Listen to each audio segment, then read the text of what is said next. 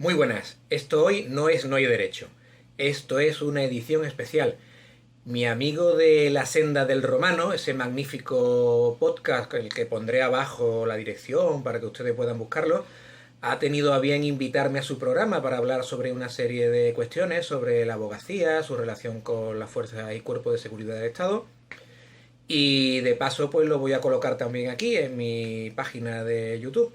Para cualquier cosa, pues ya saben, pueden ir directamente al podcast La Senda del Romano, interesantísimo, se lo recomiendo desde aquí, y pueden escucharme también en este crossover, esta mezcla de dos líneas diferentes, de dos puntos de vista diferentes, el de la Guardia Civil y la policía por un lado y los abogados por otro, aunque sea un humilde abogado de provincia. Y sin más preámbulos, les dejo con la entrevista, el podcast y la senda del romano.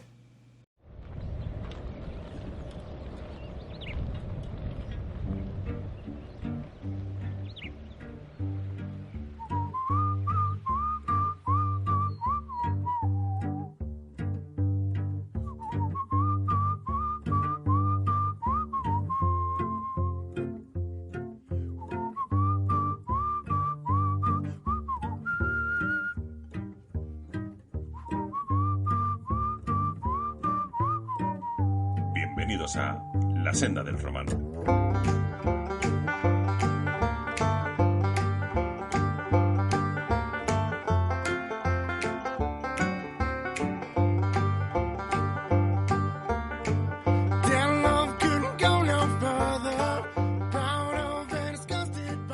Muy buenas, yo soy Leto y bienvenidos a un nuevo episodio de La Senda del Romano.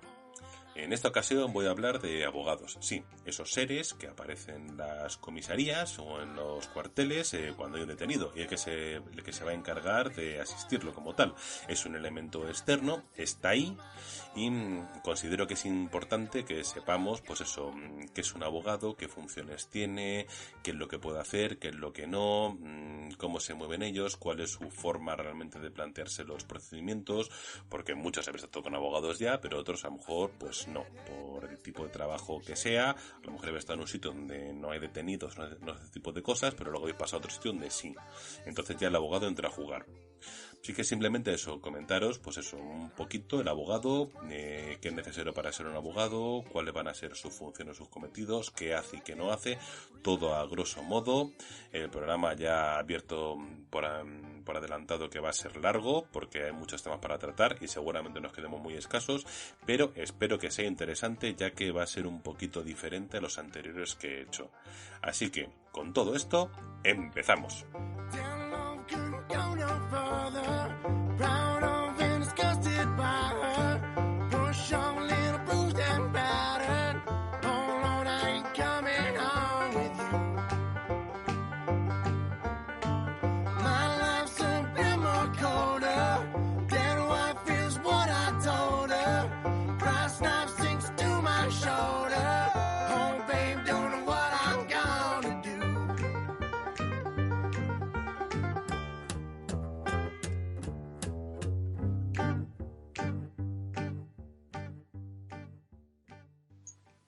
Pues como acabo de comentar, en este programa vamos a hablar de abogados, así que yo creo que lo más lógico, en vez de coger y comentar yo simplemente lo que es un abogado, cómo trabaja, es directamente traerme un abogado que se dedica a esto, que trabaja en el turno de oficio y que nos lo explique él, que seguramente será una explicación pues mucho más extensa y mucho más específica.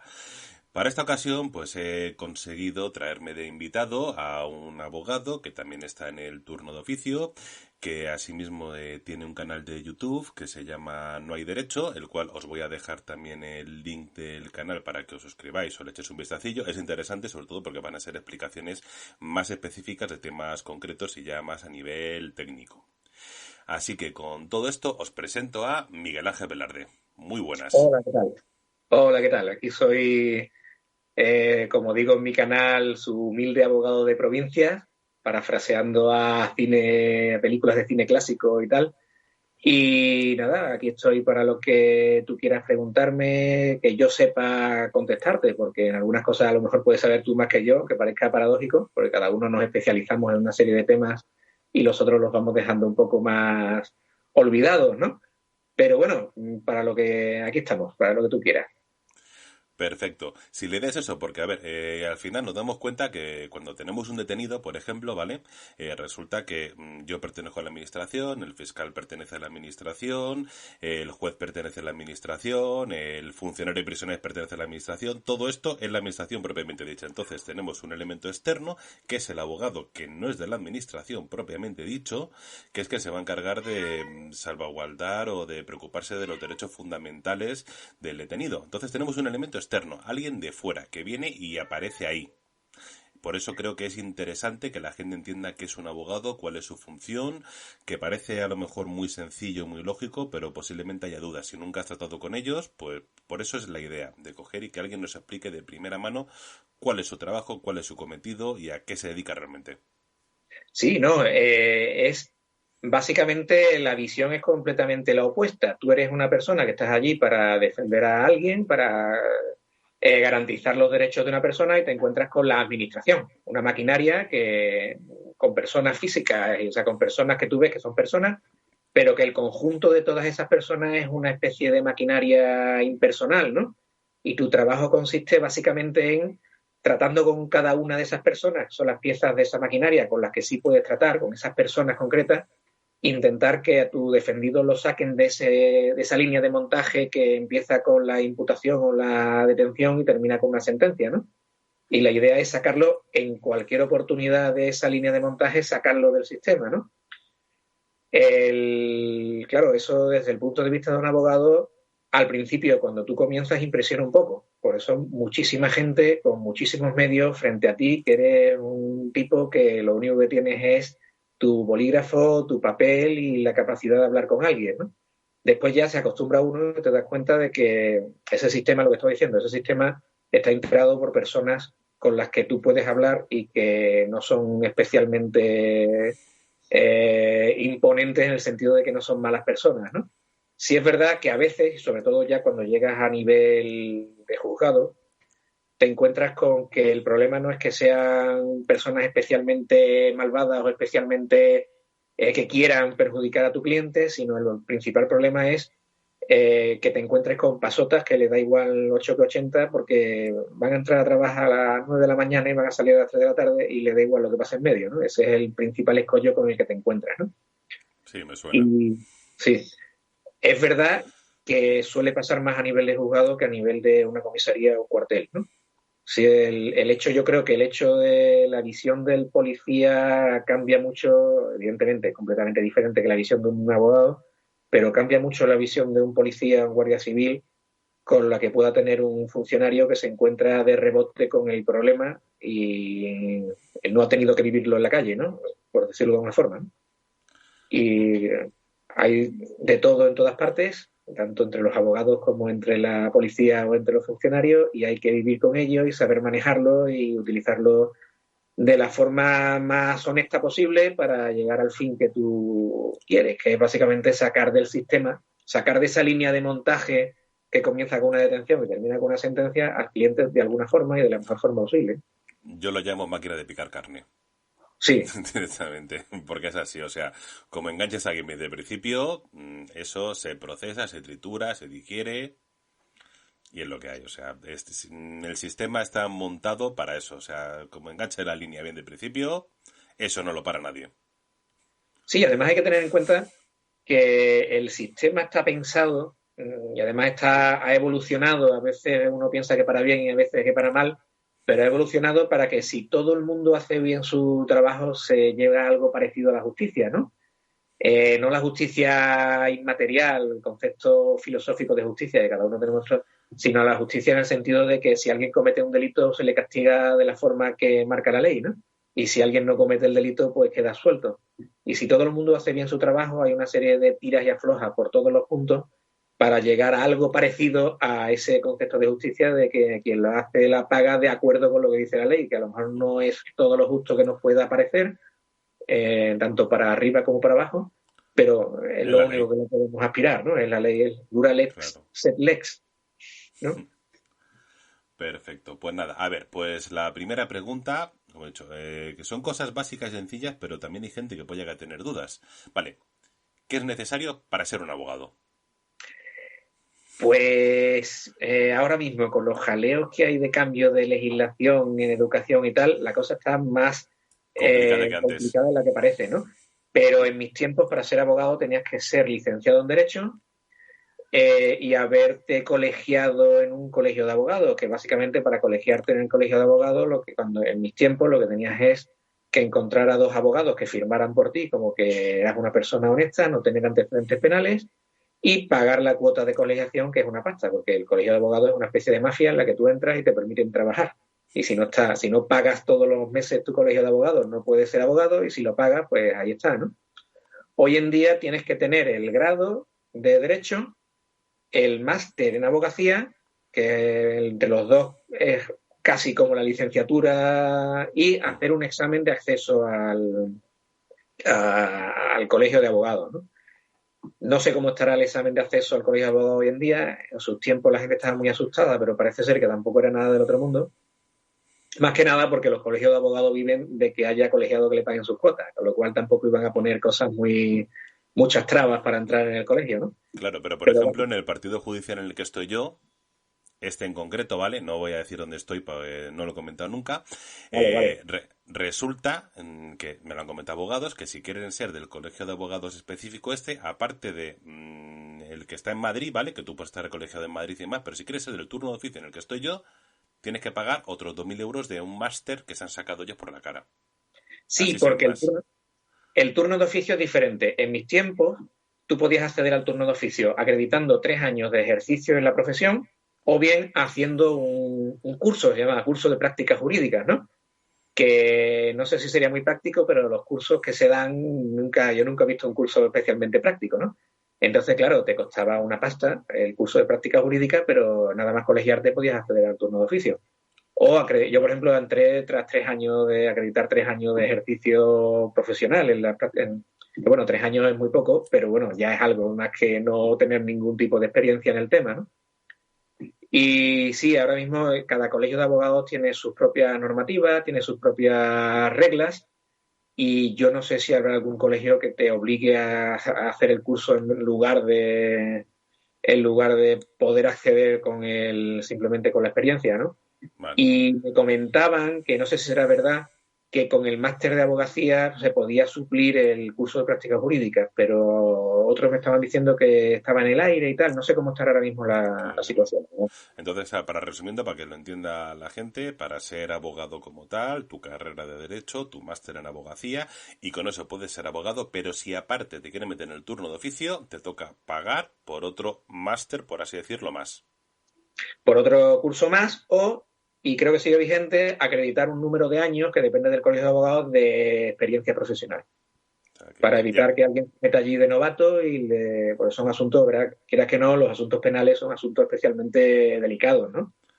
No es lo sí, mismo una cuestión de que te estás peleando por la herencia de alguien que simplemente es dinero, que el resultado pueda ser que alguien entre en la cárcel o no entre en la cárcel. por herencias he visto a gente entrar en la cárcel al final, ¿sabes? Cuando se van de madre. Sí, eso sí, eso es Lo la, de las herencias que generan nuevas muertes. sí, sí, la famosa España profunda, que no es exclusivo de España, en todas partes del mundo los problemas familiares y los problemas que se van arrastrando de mi abuelo te compró un burro y nunca se lo pagaste, eso suele terminar mal. Sí, vale. Bueno, pues te quería preguntar sobre todo el tema de la posición de abogado del diablo, ¿de acuerdo? Que va a tener el abogado de oficio. O sea, de aquello de que prima lo que es la defensa del abogado sobre creer a la persona. O sea, que realmente el abogado está ahí no para creer al detenido, sino para garantizar que realmente tenga un juicio justo, que se cumplan todos los derechos, que no se haga ninguna injusticia con él y que si realmente es culpable, pues sea condenado, pero con unas garantías. Entonces, eso sí Sí, me no. gustaría que me lo comentaras, porque yo entiendo que debe ser la leitmotiv del abogado realmente, ¿no? Sí, además es curioso porque la denominación de abogado del diablo viene del derecho canónico, ni siquiera del derecho penal y tal, ¿no? El abogado del diablo era cuando hay una causa de canonización o se quiere hacer santo a alguien. Evidentemente, pues todo el mundo que promueve esa causa de canonización desde el principio, pues quiere que sea santo y a la Iglesia le interesa desde el principio que haya muchos santos. Para evitar que se haga santo a todo el mundo, pues nombraban a una persona, normalmente jurista, normalmente una persona interesada en temas jurídicos y que fuera además capaz de investigar, cuya única misión era buscar causas para no hacer santo a esa persona. Es decir, buscar todas las causas, todas las posibilidades, todas las posibles mentiras de la gente y tal. Claro, es una persona que solía ser un sacerdote y solía él, en su foro interno, estar interesado en que sí, en que esa persona pues fuera santa. Pero su misión era precisamente lo contrario. Y normalmente era una persona que tenía que ir en contra de sus propias convicciones, defendiendo lo que no. Y de ahí ha saltado a un montón de situaciones en tema de abogacía. Evidentemente, yo como abogado no tengo por qué ser un amigo de mi cliente, no tiene por qué caerme bien en absoluto. Y de hecho es muy probable que ni siquiera lo crea. Pero no solamente es eso, sino que para hacer bien mi trabajo necesito que me diga la verdad. Una persona que sea culpable necesito que me diga, mira, sí, soy culpable, lo hice así. Porque si me oculta cosas, lo más normal es que esas cosas alguien las descubra, por ejemplo, un policía, y me encuentre con ella en pleno juicio o en la fase de instrucción y en un momento en el que me sea muy difícil maniobrar para defenderme de esa evidencia. Yo quiero saber lo que hay para poder buscar una excusa. Yo quiero saber lo que hay para poder defenderme del tema, ¿no? Entonces, efectivamente, en alguna ocasión me puede caer bien el cliente y puedo ver que el hombre no es culpable o es culpable, pero tenía una causa para hacer lo que estaba haciendo. Y en otras ocasiones yo puedo decir, este tío es un hijo de su madre, no sé si en tu blog puedo decir, en tu podcast puedo decir tacos, pero... Me lo han clasificado como explícito, ¿sabes? Ya directamente el podcast porque soy bastante dado a decirlo. Y mira que Vale, intento sí, que no, pero bueno, no pasa nada. perfecto, perfecto, no me puede ser un podcast para todos los públicos y tal, ¿no? Que yo puedo decir, este tío es un cabrón y merece que no que lo metan 2 años en la cárcel, sino que lo cuelguen, ¿no? Pero mi trabajo es precisamente defenderlo no por él, sino por una mera cuestión, ¿cómo te diría? ¿No? Ética. Ética, sí. Si vamos por ahí decidiendo quién tiene derecho a la defensa o quién no, pues nos encontramos que al final nadie va a tener derecho a la defensa, porque todos pensamos que si, y además es lo primero que pensamos, incluso los abogados, ¿no? Si le han detenido, pues lo será. Después te puedes encontrar con que puede haber habido un error, puede haber habido una mala interpretación, o es verdad que le han detenido por algo, o el hombre tenía atenuantes, ¿no? Pero claro, la primera idea es si lo han detenido por algo será. Y si vamos empezando a decidir quién tiene derecho a defenderse y quién tiene derecho a no, al final nadie va a tener derecho a A una nada. defensa eficaz. Ya. Entonces, pues tú haces lo que decía antes, tú haces tu trabajo lo mejor posible, teniendo en cuenta que si en todas las partes de la maquinaria todo el mundo hace su trabajo lo mejor posible, pues al final se va a llegar a algo parecido a la justicia. Y si tú Claro. no haces tu trabajo lo mejor posible, es muy probable que a lo mejor te estás equivocando y el hombre es inocente y tú crees como abogado, a pesar de ser su abogado, crees que es culpable, pero oye, ¿y si no lo es? ¿Y si tú te estás equivocando por un prejuicio, no? Pues hay que defenderlo como mejor sea, dentro de las normas legales, dentro de la ética profesional también. Y evidentemente a algo se llega. Sí es verdad que me he encontrado que en ocasiones yo nunca he encontrado a un inocente al que se le haya condenado, gracias a Dios. Sí es verdad que cuando he defendido inocentes vas con mucho más nerviosismo y mucho más preocupado, precisamente porque sabes que si pierdes van a condenar a un inocente y quieres poner a todo lo posible, y cuando estás defendiendo a alguien que sabes que es culpable vas con mucho más tranquilidad porque dices, hombre, yo voy a hacer todo lo posible para que lo absuelvan, pero si lo condenan, pues mira, el hombre se lo ha merecido, ¿no? Pero voy a hacer todo lo posible. Claro, yo por ejemplo me pasa mucho a los detenidos, yo después de los derechos, bueno, me refiero antes de los derechos, que ha cambiado. Ahora en la entrevista antes, Sí. se lo suelo comentar al detenido. Ya le digo, mira, este hombre va a ser tu abogado. Y digo, esta persona es la única que tiene que saber realmente lo que ha pasado. No significa que te vaya a creer o no, pero te recomiendo que le cuentes la verdad. Otra cosa es ya lo que me quieras contar a mí, ¿vale? Pero te recomiendo que a él le cuentes la verdad, menos para que te pueda defender. Y ya les dejo. Sé que mienten como bellacos, ¿sabes? Pero bueno, en fin, porque no cuentan ni la mitad. En ese sentido vas mucho más tranquilo cuando te encuentras con el clásico choricete profesional que sabe de lo que va y te lo cuenta todo. Y ahí ya sabes que vas que todo lo que tienes que conocer, o por lo menos todo lo que él cree, todo lo que él sabe, lo conoce, ¿no? El problema es cuando te encuentras el clásico chaval que ha metido la pata porque todo el mundo a ciertas edades o incluso mayores, ¿no? Puede llegar a meter la pata por tonto o por lo que sea y cree que tiene que caerte bien, porque si no, no lo vas a defender. Y te encuentras con que dices, yo sé que lo que me está contando es una sarta de mentiras y voy a tener que decir, le tienes que decir, mira, cuéntame la verdad, porque si no, no te voy a poder defender, ¿no? No me digas que tú no estabas allí porque mañana me van a traer una foto de una cámara de seguridad con tu cara allí mismo, ¿no? ¿Qué me ha pasado? Me ha pasado delante del juez y que diga el juez, esta persona que sale en la foto es usted y estaba vestido exactamente igual que delante del juez. El hombre que diga, uy, se parece mucho a mí, pero no soy yo, ¿no? Eso me ha pasado. Estoy diciendo, pero bueno, que está de frente, que se le ve la cara, ¿no? Ya, no, sí, según me va a pasar según un abogado, me ha preguntado, oye, después de haber tenido la entrevista, los derechos y demás, dice, ¿realmente este chico es culpable? ¿O tenéis tal? Y digo, porque es que está hablando con él y que no, y ya le coge a mujer, le enseñas un poquito de algo y dice, mira esto, digo, el tío te ha mentido como un bellaco, o sea, es que tengo una foto suya, tengo justamente uno que tuvimos hace poco, ¿sabes? Que andaba contando, pues que habíamos trincado y él estaba echando un currículum en una empresa, ¿sabes?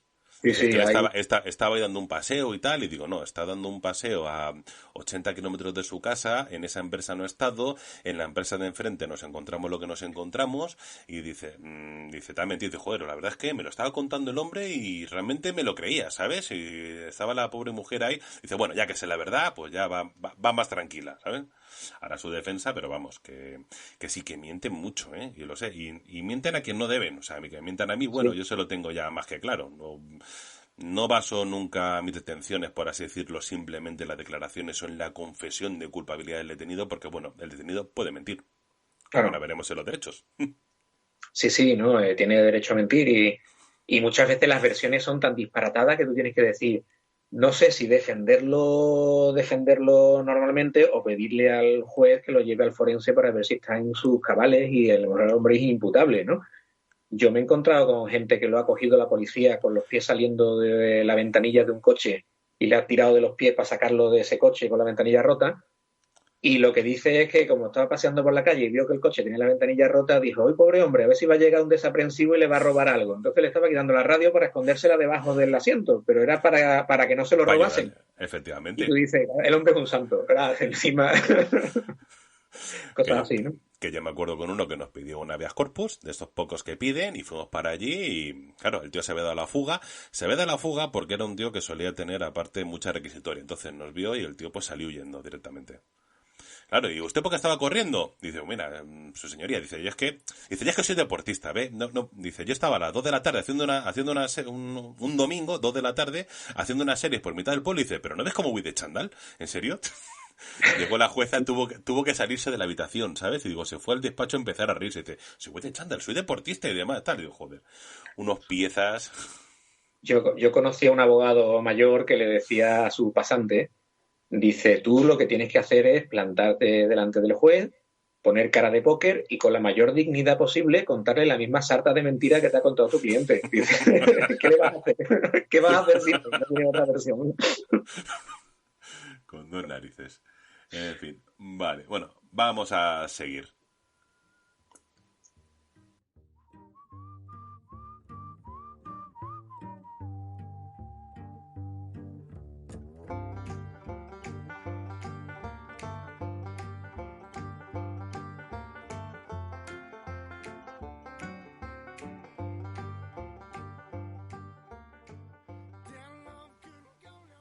Vale, y hablando ya una vez que yo cojo, detengo a la persona, le leo los derechos, entonces le pido lo del tema del abogado particular o de oficio, eso ya, bueno, eso sí que me gustaría aclararlo, el tema de, por ejemplo, abogado particular. Es el abogado particular puede atender dentro de la provincia sin necesidad que pertenezca al colegio de abogados, sin ningún problema, sin límite. ¿Podéis atender, por ejemplo, a otra provincia? Si tú estás colegiado en Murcia, ¿puedes atender a una persona de Segovia, por ejemplo? Sí, y eso ha cambiado durante el tiempo que yo estoy de ejercicio. Eso ha cambiado.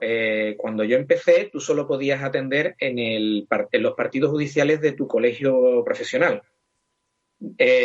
Cuando yo llegué a la profesión ya podías atender en otra provincia siempre y cuando antes le enviaras una carta solicitándolo al colegio profesional que fuera, ¿no? Afortunadamente entramos en Europa, decidió Europa que ciertas medidas medievales iban en contra de la libertad de competencia, libre tránsito de personas, mercancías y servicios, y ahora ya simplemente no hace falta ni comunicarlo al colegio que sea. Un abogado español puede actuar en Polonia. Decía, claro, es lógico, si tú puedes actuar en Polonia, ¿por qué no vas a poder actuar en Málaga, no? Es totalmente absurdo, ¿no? Y ahora no hace falta ni siquiera comunicarse al colegio de abogados, aunque por una cuestión meramente de cortesía hay mucha gente que sigue mandándole una carta al colegio de abogados que sea, ¿no? Pero bueno, ya eso se ha cambiado y un abogado puede actuar. De hecho, se puede actuar en toda la Unión Europea. Otra cosa es que yo, por ejemplo, no llevaría a ningún detenido ni actuaría en un juicio en Francia porque no me sé las leyes procesales francesas ni las leyes sustantivas, ¿no? Las puedo estudiar, pero no es lo mismo, claro. Ya, cambia. No, pero es interesante porque sí que te puede pasar que venga abogado de otro sitio, sobre todo, pues con detenidos VIP. Claro. De organizaciones, sobre todo, que tienen sus Sí. colegios de abogados. El último me vino, pues eso, ¿de dónde vino? Además, creo que vino de Segovia, además, ¿sabes? Además, un crack, ¿eh? O sea, al tío le estábamos deteniendo, ¿sabes? Y antes de que llegase al calabozo, estaba ya llamando al abogado, que a ver cuándo iba por ahí a asistirle. En el Sí, sí. trayecto, ¿eh? Sí, hay abogados especialistas en derecho penal y se especializan no solamente en derecho penal, sino que se especializan en determinados tipos de delitos, que son unos cracks para ese tipo de delitos. Básicamente son de la familia de un determinado grupo de delincuentes, tienen a su abogado como... Eso tiene sus problemas desde el punto de vista del abogado. Involucrarse demasiado en la vida de una determinada tipo de delincuente tiene sus problemas gordísimos, ¿no? Porque se convierte en parte de la organización. Sí, exacto. Incluso aunque tengas mucho cuidado, porque puedes tener mucho cuidado y no convertirte en parte de la organización, Te puedes salpica. dar lugar a que la gente de la organización sí te considere como parte de la organización. Entonces tú ya no puedes negarte, por ejemplo, a determinadas cosas. Eh, a lo mejor te pueden llegar y eso he visto circunstancias que han pasado, ¿no? Nadie está de más en que pierdas, o sea, todo el mundo puede perder un juicio y hay gente que puede llegar incluso a enfadarse porque tú hayas perdido un juicio y tomárselo como algo personal y no profesional, ¿no? Cosas así. Hay que tener mucho cuidado con determinados clientes y mantener cierta distancia profesional. Perfecto. Vale, bueno. Plazos para personarte en una comisaría o en un cuartel tras la llamada del colegio de abogados. Hablamos del turno de oficio. Sí, bueno, los plazos lo que te dice la ley es que tienes que plantarte allí a la mayor brevedad posible. Y a la mayor brevedad posible lo que dice la ley de enjuiciamiento criminal, que es un máximo de 3 horas. Sí es verdad que en algunos casos es complicado, ¿no? Las 3 horas puede llegar a ser complicada en algunos casos. Cuando estás en el turno de oficio, normalmente en el Colegio de Abogados de Sevilla cambia respecto de algunos colegios de abogados, hay normas diferentes defendiendo del Colegio de Abogados. En el Colegio de Abogados de Sevilla tú tienes que estar de 8 de la mañana hasta las 10 de la noche presencial en el Colegio de Abogados. O sea, allí, Ah, en una sala que te dejan en el juzgado, que tiene un sofacito, una silla, un ordenador y un teléfono. Y bueno, ahora funciona el aire acondicionado. bien. Hace tiempo no funcionaba. Y ¿Hacemos tienes que qué? estar allí presencial, de modo que cuando te llaman, eh, desde allí pues puedes llegar a cualquier parte de la provincia, puedes llegar en menos de 3 horas.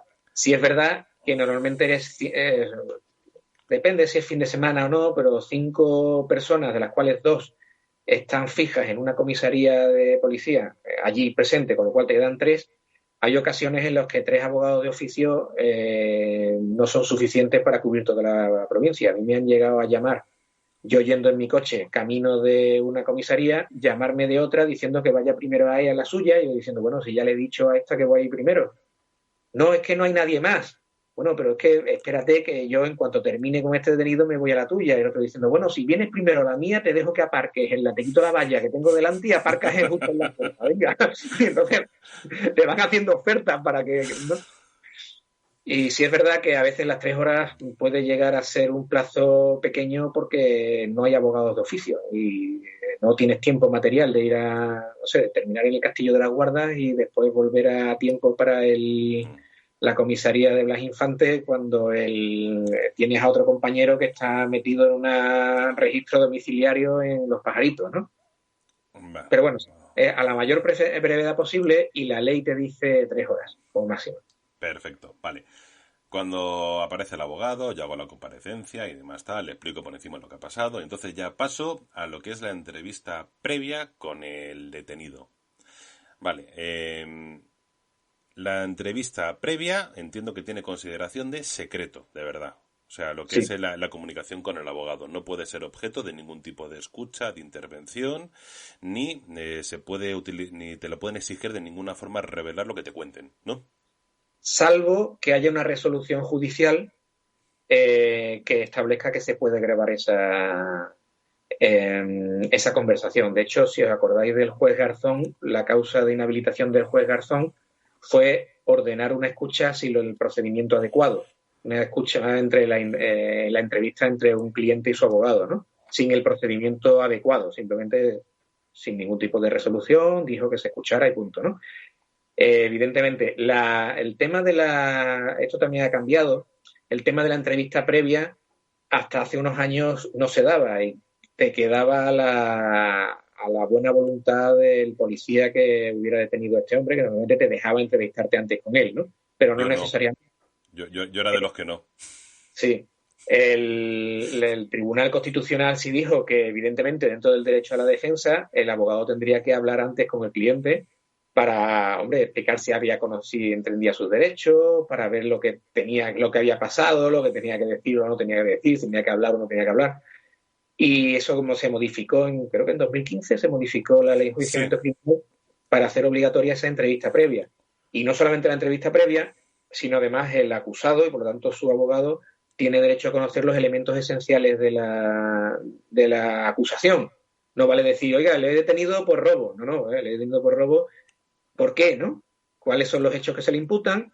Y si bien es posible que no sea necesario enseñarle todo el expediente, porque además en esa fase el expediente hay bastante poco, en los delitos normales y corrientes del día a día, en el atestado suele haber bastante poco. Después, durante la fase de instrucción, van sumándose pruebas e indicios y tal. Pero algunas veces que sí, que ya hay una actuación bastante importante antes de la detención y por lo menos los elementos esenciales sí que tiene que conocerse. ¿Suele sí, haber diferencias de criterio entre lo que considera el policía y lo que considera el abogado que son los elementos esenciales? Pues sí. a veces sí, a veces sí. Sí.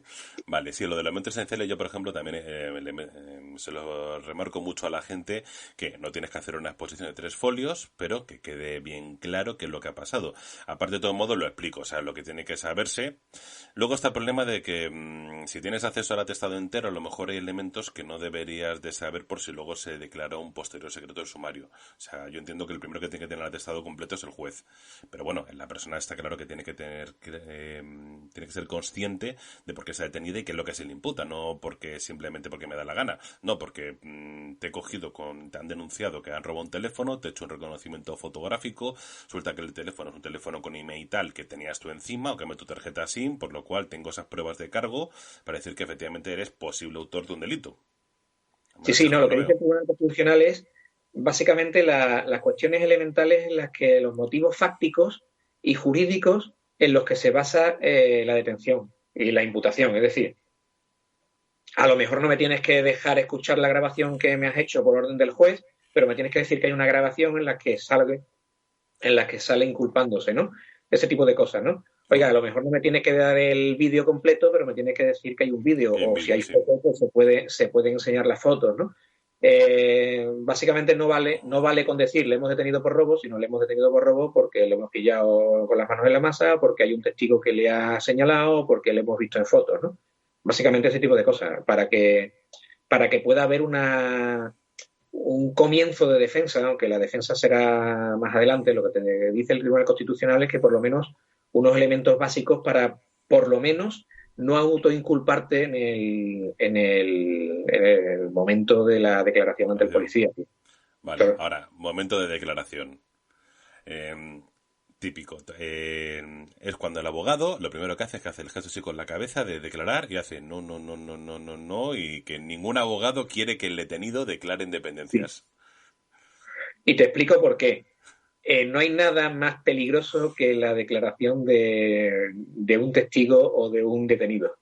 Más que nada porque si en circunstancias normales, cuando una persona está tranquila y relajada y sabe lo que le conviene, puede meter la pata, porque yo es que he visto personas inocentes autoinculparse, sin saberlo, sin darse cuenta de lo que lo están haciendo, porque están metiendo la pata. Y si encima estás nervioso, te has pasado unas horas en un calabozo, estás asustado porque quieras que no, estás rodeado de uniformes, gente con porra y con pistola que te miran mal y que te están diciendo que has cometido un delito. Y o sea, eso es lo más peligroso que una persona declara así. Entonces, ningún abogado queremos que declare el. Ya después, ante el juez, ya veremos lo que se dice, ¿no? Pero en esas circunstancias es muy complicada. Y después pasa otra cosa, que las declaraciones en la policía no se graban, sino que se transcriben. Y yo me he encontrado en muchas ocasiones, y no es por mala fe, sino simplemente por resumir, que el policía resume la declaración del detenido. Y ahí se pierden muchísimos matices. Y algunos matices son muy importantes. Cuando te encuentras después en el juicio y te encuentra el fiscal de que la declaración del detenido en la policía ha sido diferente que la declaración en instrucción, y tú dices, no ha sido diferente, es que en la declaración en la policía, el policía ha resumido lo que ha dicho. Dice, es que hay detalles esenciales que no concuerdan. Y dice, no, sí, este hombre lo dijo. Este hombre lo dijo, pero en ese momento nos pareció que para qué va a poner el color de no sé qué que vio, ¿no? Pues vio a no sé quién salir, ¿no? Entonces, Claro. ese tipo de cosas son muy complicadas y en ese momento, en el momento de la declaración, posiblemente no llegues a darte cuenta de la importancia de los detalles en las declaraciones de los detenidos. Entonces, ante la posibilidad de que el hombre meta la pata por el nerviosismo, ante la posibilidad de que el detenido no lo podemos descartar, tenga menos luces que una patera el hombre y vaya diciendo barbaridades, o la posibilidad de que a la hora de transcribir la declaración haya detalles importantes que no se pongan porque no lo parezcan y se resuman y tal, pues yo no conozco ningún abogado que quiera que su cliente declare en la policía. Hay clientes que sí, hay clientes que dicen, no, yo no tengo nada que ocultar y quiero declarar. Bueno, es un derecho tuyo, yo solo te puedo aconsejar. Si tú quieres declarar, tienes todo el derecho a declarar, ¿no? Eso es. Sí, pero claro, pero yo, por ejemplo, veo otro problema, ¿de acuerdo? O sea, yo tengo una investigación, detengo a una persona, pero puede que haya alguien más relacionado. Y entonces necesito la declaración del detenido para poder continuar, porque a lo mejor resulta que su grado de autoría es mucho menor. No es lo mismo que tenga 5 personas que le han pegado una paliza a alguien y uno ha cogido el teléfono. Yo tengo identificado a 2 de los que le han pegado los golpes, pero resulta que él sabe quién es el que ha cogido el teléfono, por ejemplo. Yo los tengo por robo con violencia porque les identifico, pero resulta que no. 4 son autores de unas lesiones leves, realmente, y uno es otro de robo con violencia. Entonces, ¿hasta qué punto no merece la pena que el detenido en ese momento me declare? No, yo solamente fui y le pegué porque le quise pegar, porque me caía mal. Y aparte, otro fue el que se llevó el teléfono. O sea, pero mi intención final era solamente zurrarle. Ya está. Entonces, claro, Evidente, ¿no perjudica eso al detenido? evidentemente sí, pero ten en cuenta que ahí se está autoinculpando de un delito. Sí, mejor, Vale, mejor, aunque, mejor un aunque se delito esté, leve. aunque se esté exculpando de otro, pero ya se está inculpando de uno. Ya de momento ya empezamos mal, ¿no?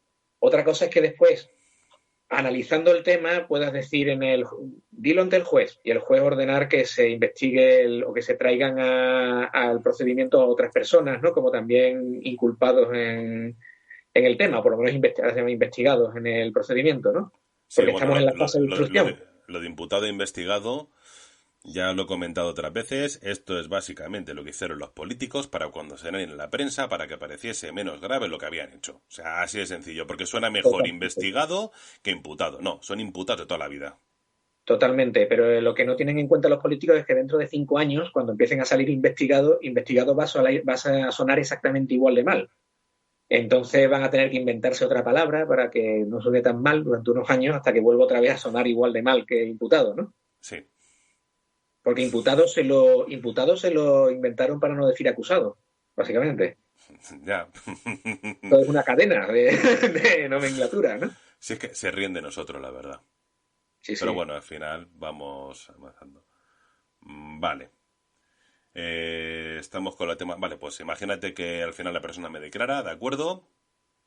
Algunas manifestaciones. Yo, si la persona que declara, yo cojo manifestación encantado. O sea, porque yo participo en el procedimiento, me gusta, entonces si tengo la opción, pues lo hago. Bueno, ¿el abogado puede coger y puede intervenir durante la manifestación del detenido? A ver, eso es problemático. En principio, el abogado no puede intervenir ni puede sugerirle al detenido que diga algo o no. En sede policial, el abogado puede aconsejarle que hable o que no hable, aconsejarle que declare o que no declare. El abogado está allí en ese momento como garantía de que se cumplan los derechos del detenido, no porque allí en sede policial no hay nada de lo que defenderlo, excepto de una actuación a lo mejor ilegal por parte de la policía que yo la verdad que nunca he visto, ¿no? También es verdad que estamos allí como una doble garantía y eso es una cosa que se nota en muchas ocasiones. Estamos, y sobre todo con delincuentes que son violentos, delincuentes que son especialmente, estamos como garantía de los derechos del detenido y también como garantía por parte del policía de que ellos han cumplido efectivamente con la ley. Cuando el detenido se niega a firmar y empieza a acusar de que os va a denunciar a todo por violencia y tal, pues tú firmas como que se han cumplido las garantías porque tú lo has visto y le estás cubriendo la espalda al policía frente a una posible, no sé, denuncia Bu- por parte Vulneración de derechos, sí, que le hemos dejado encerrado, que no le hemos dado los derechos fundamentales, o que hasta incluso o que le Sí, hemos sí. sacado una confesión a leches, ¿no? Es que han cogido y me han empezado a pegar porrazos hasta el final he confesado que no. Claro, yo no puedo decir lo que ha pasado en el calabozo Claro. porque no estaba presente, pero yo puedo decir que este hombre no tenía ningún porrazo visible y que él declaró lo que declaró libremente porque estaba delante y dijo lo que tenía que decir y lo que quería decir en ese momento, Bueno, ¿no? Entonces ahí estamos como una doble, yo entiendo que garantía. es una especie de doble garantía, ¿no? Y sí es verdad que si este hombre se pone a hablar, yo no puedo decirle que no diga lo que diga. Sí es verdad que puedo, por ejemplo, intervenir en el hecho de que si es lo que se está transcribiendo no es exactamente lo que este hombre está diciendo, yo puedo señalar que no es eso lo que se está poniendo. Y yo te digo, no lo he visto nunca como una cuestión de mala fe, pero sí lo he visto muchas veces como una forma de vamos a Darlo resumir lo que presa. dice, nos estamos olvidando la mitad de las cosas de lo que está diciendo, ¿no? Vale. Y en policía, entonces, estamos muy limitados en los abogados lo que podemos decir, lo que no podemos decir, ¿no? Pero en cambio sí que tenéis oportunidad cuando acaba la manifestación, al menos yo lo hago así siempre, que la última pregunta siempre es para el abogado. Sí, sí, no, normalmente sí se permite. En principio, ni siquiera sería obligatorio en sede policial. En sede judicial sí. Pero sí, siempre es bueno poder intervenir en algunas ocasiones, sobre todo cuando una persona se empeña en declarar y tú ves que está metiendo la pata hasta el fondo porque es así. ¿Qué se le va a hacer? No te ha hecho caso, ha hablado y está metiendo la pata hasta el corvejón. Y para dejar algunas cositas puntualizadas, digamos, vamos a empezar a poner tiritas y a poner parches a esto que se escapa todo, ¿no? Vale, sí, más o menos. Bueno, lo de las firmas, efectivamente, que no había comentado. Por ejemplo, a mí el detenido en la primera lectura de derecho se me puede negar tranquilamente a firmar, en la segunda lectura también se puede negar a firmar, pero en cambio, ¿el abogado tiene que firmar todas las diligencias en las que participe? Sí, por supuesto.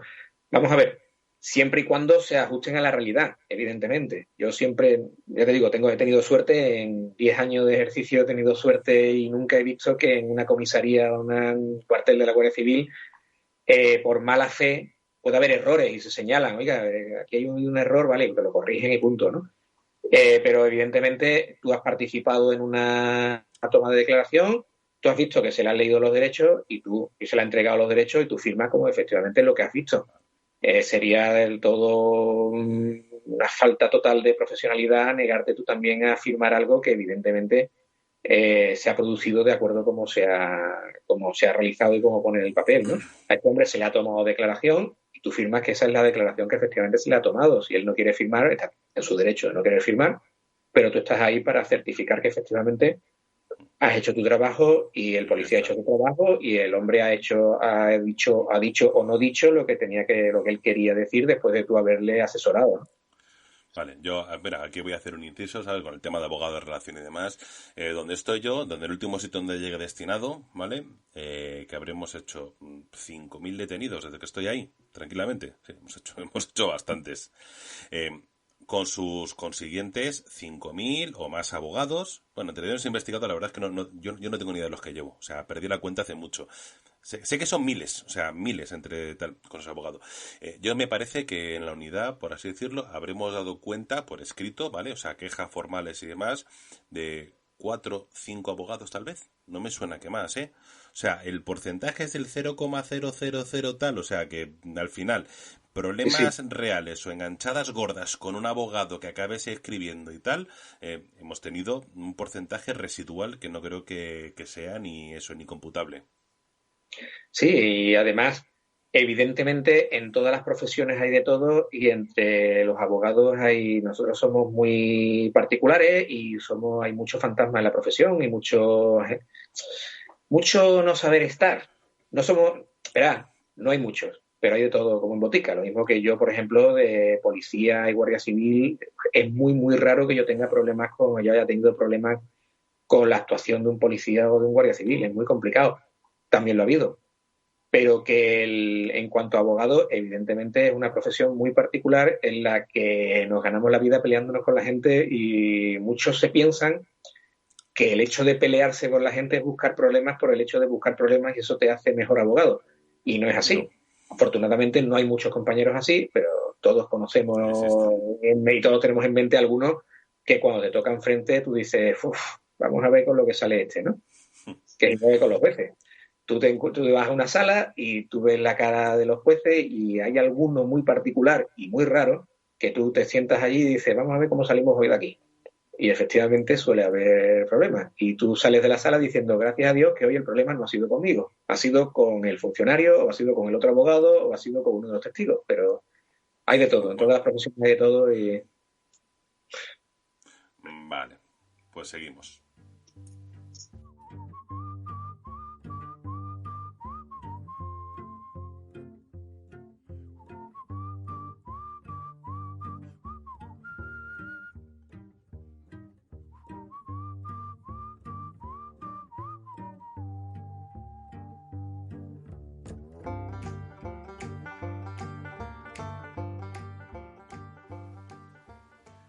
Siguiendo, vamos a hablar de la toma de ADN, ¿de acuerdo? Es una de las cosas que nosotros vamos a poder hacer. Lo vamos a hacer de forma obligatoria, ¿vale? O sea, yo voy a pedir la toma de ADN obligatoria para todos los delitos sexuales y violentos y luego para algunos más, pues de bandas organizadas, algunos delitos con algún tipo de relevancia un poquito mayor.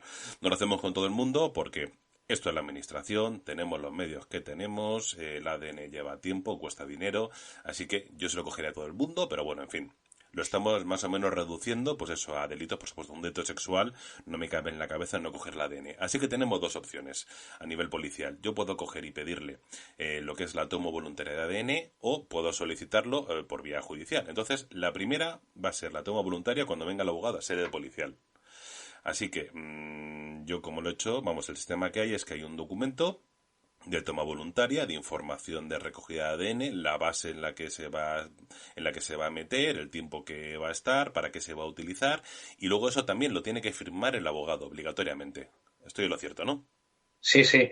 La experiencia mía es que cuando se le va a tomar el ADN a un detenido, de hecho se le hace la foto, se le toman las huellas dactilares y entonces un señor con una bata blanca, que es un policía pero que tiene aspecto de no serlo, le dice, vamos a practicar así con una buena velocidad de una frase aprendida, ¿no? De soltar del terreno, una toma voluntaria de ADN. Y entonces algún detenido se para y dice, ¿es voluntaria? Entonces no me la quiero sacar. Entonces yo le digo, sí, efectivamente es voluntaria, no puedes sacártelo. Y algunos incluso, ya últimamente, como lo de voluntaria lo dicen de aquella forma, voluntaria, voluntaria, para que no... le digo, tengo que decirle, yo estoy aquí sentado, lejos, porque me ponen lejos, y digo, es voluntaria, no es obligatoria, pero puedes sacar o no.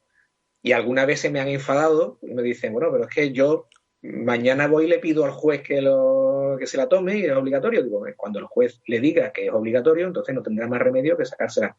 Pero si es voluntaria, él tendrá derecho a decir que sí o que no, porque cuando le están diciendo voluntaria, le están metiendo el algodoncito en la boca. Entonces, ahí sí suele haber, es el único sitio donde suele haber problemas entre el abogado y el policía en ese sentido. El tema de que, evidentemente, la toma de ADN, salvo que sea obligada por un juez, entonces, y yo lo veo, como tú dices, lo considero en algunos delitos imprescindible, lo que te dice el Tribunal Constitucional y los distintos tribunales internacionales de derechos humanos y tal, es que hay una muy pequeña diferencia entre tomar un ADN a una persona y obligarlo a declarar contra sí mismo, ¿no? Porque estamos tomando una parte de su cuerpo sobre la que no tiene control y la defensa sería imposible y tal, y que eso solo se puede hacer si un juez determina que es necesario, porque además esos datos se quedan guardados para siempre. Y no se puede tener la seguridad, aunque hay unos protocolos, pero a nivel internacional te dicen que es imposible tener la seguridad de que esos datos se van a borrar para posteriores, con lo cual, salvo que sea voluntario o que sea un juez el que te lo ordene, pues debe ser voluntario. En algunos casos, pues el hecho de que tomar el ADN puede incluso hasta exculparte y puede ser hasta bueno, ¿no? Pero evidentemente el hecho de que sea voluntario tiene que ser conocido por el imputado y que después ya él decida si quiere tomárselo o no. Yo no le voy a decir que no te tomen el ADN, yo le tengo que decir al hombre que es voluntario, si él quiere Claro. o si no. La historia es que yo me acuerdo, pues eso, ya hace muchos años, que me pasó que fue con el tema de ADN y tal, y ya le preguntó un juez directamente, disculpe señor y tal, digo, y si no quiere, entiendo, ahí pone que se toma de forma coercitiva, ¿no? ¿Esto a qué se refiere? Llegó la jueza y me miró y dijo, mejor no te respondo, o sea, no quiero saber cómo lo hacéis. Sí, Así sí, que no. nada. Y lo que sí es verdad es que después te encuentras en algunos procedimientos. Yo tuve un asunto de un robo en el que el imputado se cortó con el escaparate al entrar y había muestras de sangre. Muy típico. Y el fiscal pidió una pericial sobre si la sangre, correspondía con la sangre del imputado. Y a juicio fue un informe magnífico de la policía científica que, analizando la sangre, el informe era bastante elaborado y al final del informe ponía una coletilla que decía no hemos podido comparar esta sangre con la del imputado porque a nadie se le ha ocurrido pedir una prueba de sangre del imputado o una prueba de ADN del imputado. Y ponía otra cosa, ponía que además esta sangre se correspondía con otro delito de hacía 2 o 3 años y ponía por si a alguien le puede interesar. Que por cierto, el fiscal se enfadó muchísimo con esa coletilla de por si a alguien le puede interesar y en juicio empezó a perorar que qué significaba esto por parte de la policía, ¿no? Y el fiscal le pidió al juez que se suspendiera el juicio para hacerle una prueba de sangre al imputado. Y yo me negué porque había habido un año y pico de fase de instrucción donde se le podía haber pedido la prueba de ADN, que ya se sabía que había sangre entre las muestras recogidas, y ese informe llevaba 6 meses en poder del fiscal, y el mío, pero llevaba 6 meses en poder mío, le habrá llegado antes del fiscal. Entonces había habido tiempo más que suficiente para pedirle la prueba de sangre y no se podía hacer ahora en el acto de juicio que se suspendiera. Y por estas cuestiones que pasan de vez en cuando, pues el juez me dio la razón a mí en vez del fiscal, la tenía. Pero evidentemente, por eso digo que si cada uno hace lo que decía antes, si cada uno hace bien su trabajo, al final se llega a algo de... No sé si el hombre era culpable o no, creo que sí, pero el hombre se libró porque a nadie se le ocurrió lo que tú dices, hacerle una prueba de ADN ordenada por el juez, ¿no? Y ahí sí hubiera sido totalmente necesaria y yo no me hubiera podido oponer, me hubiera opuesto por mera cuestión procesal, pero evidentemente se lo hubieran hecho, ¿no? Bueno, allá como curiosidad, ¿sabes tú de dónde ¿De no se dónde? saca ADN? Ah, De las bien. heces. Y te pongo el caso de un robo de un chalet y demás al que va un montón y el detenido, pues bueno, el detenido no, el autor no tuvo otra idea más buena que dejar un mojón de medio metro de alto en mitad del salón. Es que hay gente para todo, ¿eh? Hay gente para todo. Aprovechando, pero no, pues tiene que ser un oso, o sea, ese no tiene que llevar una semana sin ir al baño por lo menos y no se pudo coger ADN, precisamente, o sea, es curioso, Sí. ¿eh? No Pues no es sabía válido. yo el tema. Son de Vale. estas cosas que de cuando tienes un procedimiento te informas sobre la marcha del tema, pero claro, como nunca se me ha dado un caso en que haya heces, mira que he tenido casos raros, pero que haya heces como prueba nunca he tenido la oportunidad de verlo, ¿no? Sí, yo mierda he visto Me bastante. imagino. ¿Qué le vamos a hacer? En fin, sí, no era primero. Vale. Vale, el tema de los registros en vivienda. Entiendo que lo que es el abogado no es obligatorio que participe en el registro de un domicilio, por ejemplo, pero yo siempre se lo comento a los abogados que vamos a hacer un registro y siempre han aparecido. ¿Cuál es la participación del abogado en un registro domiciliario En cuando un tenemos un registro detenido? domiciliario, la participación del abogado es mínima. Es estar allí pendiente de que efectivamente no se conculque ningún derecho del detenido y que básicamente es estar de notario. Como te he dicho, igual que cuando la declaración ante el detenido, es una especie de doble garantía. Es una garantía para el detenido de que el policía no se va a sacar lo que sea del bolsillo y lo va a poner porque estás tú allí vigilando, aunque no puedes estar en todas las. Yo he estado en la registro que he estado, era yo solo y varios policías por varias habitaciones, con lo cual es muy difícil controlarlo todo, pero das por sentado que por lo menos está ahí presente, está alguien presente. Y por otro lado, desde el punto de vista del policía, es una garantía de que no te van a acusar de nada raro porque hay un abogado presente que ha visto lo que has hecho y que ha firmado después el acta o que ha estado presente durante el tema del registro, ¿no? Entonces ahí tu papel es meramente de observador y de, por decirlo de una forma, de notario, ¿no? De saber lo que has visto y ver que no ha habido nada extraño. Y ya está. Vale, sí, hombre, la verdad es que los registros no entra todo el mundo a mogollón, sino que vas con el secretario judicial, ahora letrado Sí. de la Administración de Justicia. No me voy a acostumbrar en la vida, o sea, lo siento mucho. Pero vas en teoría habitación a habitación, Sí, sala a sala.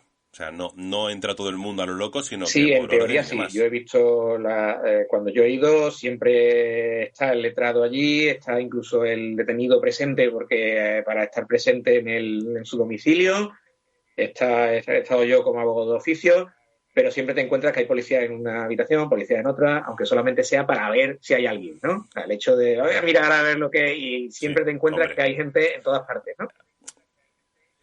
limpieza es conveniente hacer, porque te montas sorpresa. Uy, mira, anécdota rapidísima. Fuimos una vez a un registro, ¿de acuerdo? Además, de aquí voy a sacar dos anécdotas de ese registro, dos cosas interesantes. La primera, vamos al registro con el detenido, que era una pareja, ¿de acuerdo? Para entrar en el domicilio, todo eso vacío, vivían solos y demás, y justamente pues estábamos esperando pues a que llegara lo que es el coche mampara con los detenidos, estaba ahí con el secretario judicial, con los compañeros y demás.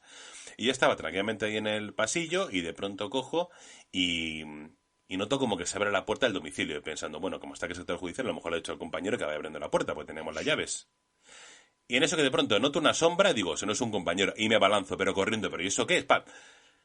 Cojo, que prácticamente lo derribo al suelo, ¿sabes? Empieza a chillar y era la vecina. O sea, la vecina que tenía las llaves para regar las Sí, plantas, yo me casi acuerdo se de me un muere. registro en que se supone que él no vivía solo, vivía con otras personas y tal, y era en un primero, teníamos ahí el acta y llega un policía muy proactivo y le dice, ¿cuál es el tuyo? Dice el tío, el segundo B.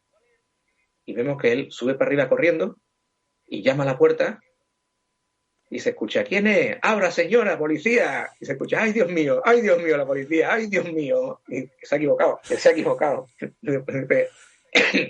Un compañero tuvo que decirle, no, que te has equivocado, que eres el primero. Y hoy, perdone señora, que ha sido un error. Y el otro, ay, ha pasado algo, ha pasado algo. Hay un incendio. No, señora, no ha sido. Esas cosas pasan. Uf, horrible. Sí, no, la verdad es que sí, a veces es un poquito bueno, pues aparte este registro, otra cosa que quería comentar con el tema de registros, ¿de acuerdo? Que yo el registro lo pedí originalmente para buscar Sí, armas, ¿vale? No me lo dieron para armas. Entonces me lo concedieron para documentación. Pero la historia es que el arma estaba en casa. claro, eso es un Y, problema. Es el mismo claro, problema que cuando a ti te dan autorización para investigar por tráfico de drogas, hacer una grabación de unas conversaciones de teléfono por tráfico de drogas y te encuentras que a lo mejor lo que el hombre se dedica es al tráfico de personas. Y claro, la autorización es solo para un delito, no para otro. Exacto, ese es el. vale. Pues en este caso, a ver, nosotros llegamos, era ya por la tarde, nos encontramos el arma, por lo cual automáticamente se paralizó el registro. El juez como que estaba que le costaba, ¿vale? No quería ponerse a escribir y demás, entonces lo que hizo fue que el abogado, junto con el detenido, reconoció ese arma y se añadió en el registro, sin necesidad de ampliar el Sí, eso material se puede judicial. hacer. Vamos a ver. Porque ahí sí hay una autorización expresa por parte del imputado, o el detenido en este caso, todavía, ¿no? Eh, Sí, claro, eso sí, es detenido exactamente estaba. igual que si la persona confiesa una acción. Tú no tienes por qué confesar, tú no tienes derecho a declarar, tú tienes derecho a no declarar contra ti mismo, pero si declaras contra ti mismo lo estás haciendo y es válido, ¿no? Entonces, a ti, en principio, ese arma no tienen por qué meterla dentro de la instrucción. O sea, ese arma no contaría como prueba en la instrucción, salvo que después, por otros medios, se llegue a esa conclusión.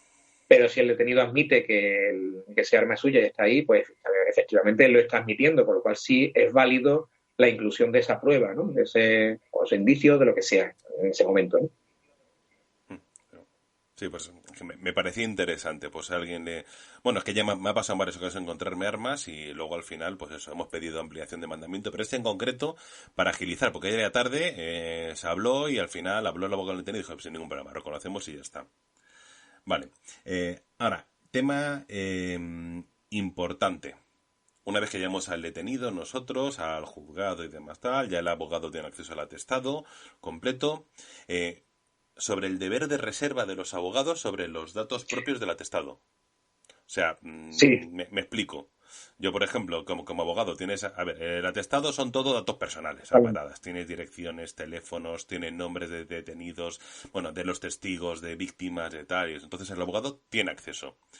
Exactamente, claro, imagino que alguna vez habrá pasado que el detenido imputado quiere decir, oye, quiero saber este que ha declarado contra mí, quién es, cuál es su teléfono y cuál es su dirección. ¿No? Eso ya es una cuestión más que jurídica moral, ¿no? Efectivamente, lo que te dice la ley es que todo detenido o todo acusado de un delito tiene derecho a saber quién lo está acusando y quiénes son sus testigos. O sea, tú no puedes negarte a decirle quiénes son los testigos contra él, su nombre. Otra cosa es que tú consideres necesario darle la dirección o el teléfono, ¿no? La ley lo que te dice es que todos los datos que conoce el abogado tiene que conocerlo el cliente, porque realmente todo está pensado para que sea el acusado el que conozca los datos. Otra cosa es que hay muchos datos, a quien le importa realmente conocer esos datos, a quien los puede usar bien y convenientemente es una persona que sepa de leyes y sepa utilizarlos en una defensa, ¿no? Y hay muchos datos que al detenido le va a dar igual y a quien me va a importar es a mí como abogado, ¿no? Sí es verdad que Claro. como abogado tenemos obligación de guardar secretos sobre cualquier dato que esté en un procedimiento judicial, pero no solamente penal, civil, de todo tipo, ¿no? Pero es verdad que en algunas ocasiones tú tienes que plantearte si merece la pena que tu cliente sepa más de la cuenta sobre las personas que lo están acusando. Entonces, sí es verdad que hay en determinados casos que se puede declarar el secreto de sumario, en los cuales hay datos que ni siquiera yo puedo saber, ni no de a mi cliente, sino incluso el abogado. Y sí es verdad que en otras ocasiones tú tienes que plantarte y decirle, mira, yo te puedo decir el nombre, te está acusando Manolito, pero yo no te voy a decir el teléfono y la dirección del tal Manolito porque es inútil, es absurdo, tú no tienes por qué saberlo, no te beneficia en nada y tampoco quiero que haya una pelea a tiros en tu barrio mañana, ¿sabes?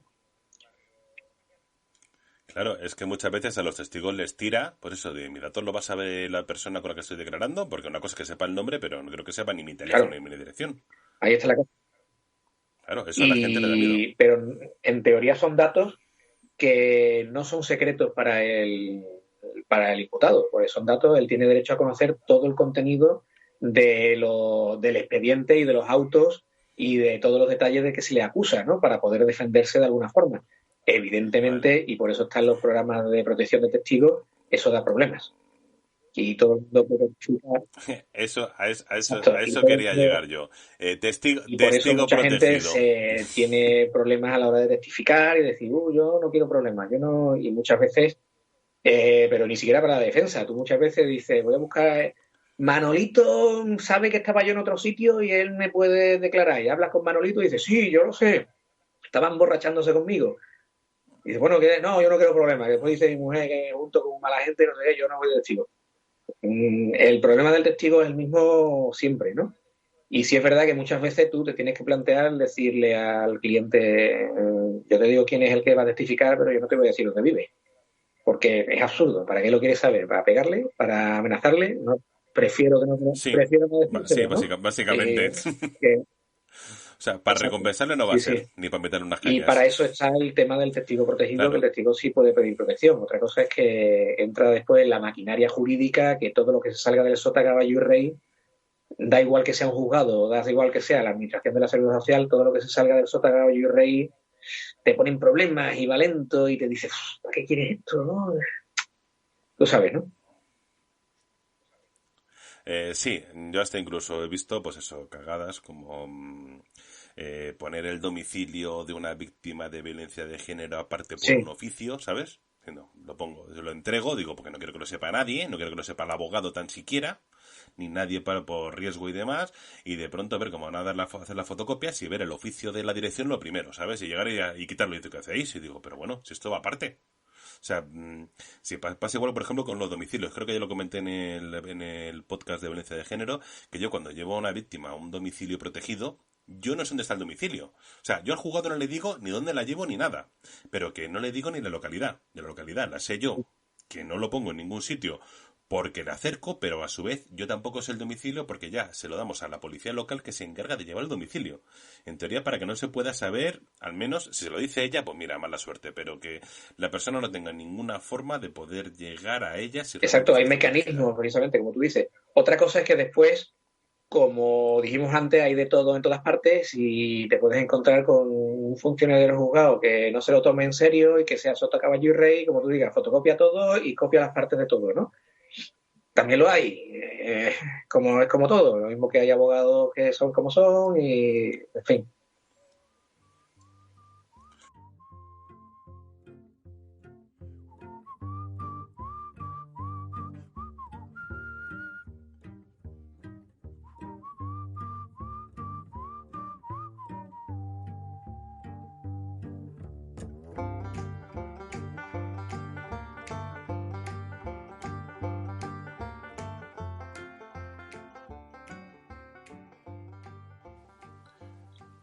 Vamos a pasar ahora a lo que es el juicio oral. Después de haber tenido la fase de instrucción, después de que le he tenido, bueno, le hayan puesto libertad, se haya instruido todo y tal. Entonces ya llegamos a la parte del juicio, ¿vale?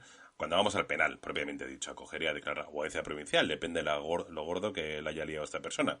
Que a algunos se le va un poquito de madre, como prenderle fuego a un edificio, cosas de esas, o agresiones sexuales, tráfico de drogas, ya, delitos serios, de los buenos. El incendio es de los gordos.